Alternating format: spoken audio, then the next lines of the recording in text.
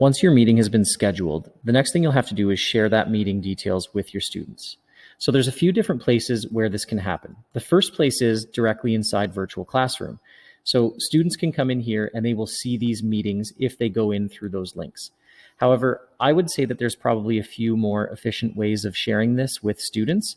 And we'll look first at the home page so that we can do that from directly within announcements and activity feed. And then we'll look at doing it within content as well. So the first place you can do this in is in announcements. So we'll go create an announcement. And I'm going to then type in my headline. I will say virtual meeting today. And inside here, you can type in your message, details, whatever you want.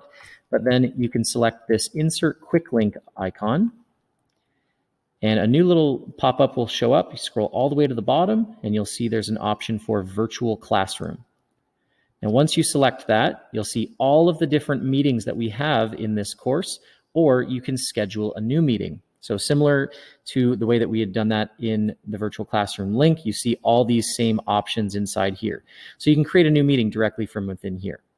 But what we're going to do is just link to a meeting that we've just created. So instead of scheduling a meeting, we'll select Conference Room Meeting 1, and then it makes a link directly there for us.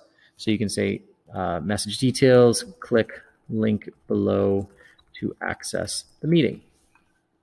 Publish it, and then when a student clicks into that meeting, I'll just go back to the home page. When a student clicks into this meeting, it will bring them directly to the lobby of that meeting. So as you can see here, when I do that, it will open up this meeting lobby page where they can enter the meeting room.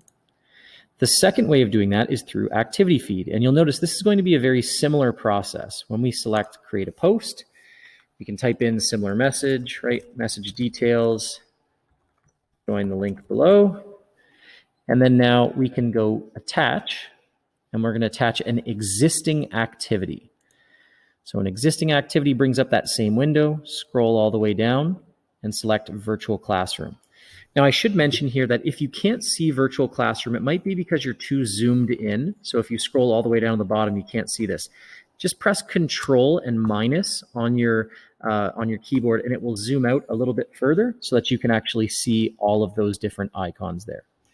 We'll select virtual classroom here, and the same type of thing. We'll put in that meeting link, conference room meeting number 1.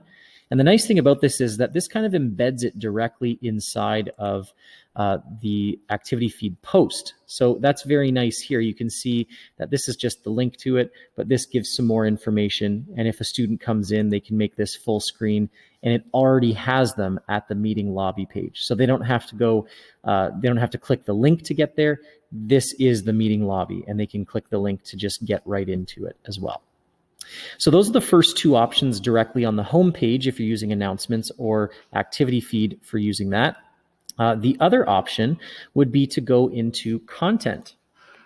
So what we can do is inside of our content, we can actually create a unit, and we already have a unit here, and we can add an existing activity again. And then we can select virtual classroom because it's one of these options that's already right there.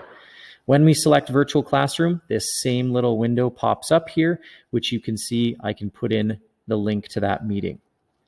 The nice thing about this is, again, it brings you already to the meeting page, or the meeting, the lobby page. And so if you make this visible, when students come in, they click on this link here, they see the meeting lobby, and then they can enter the meeting room. So that's how you can share the details with your students, either through the course home announcements and activity feed, through the content section, or simply through the virtual classroom link in the nav bar.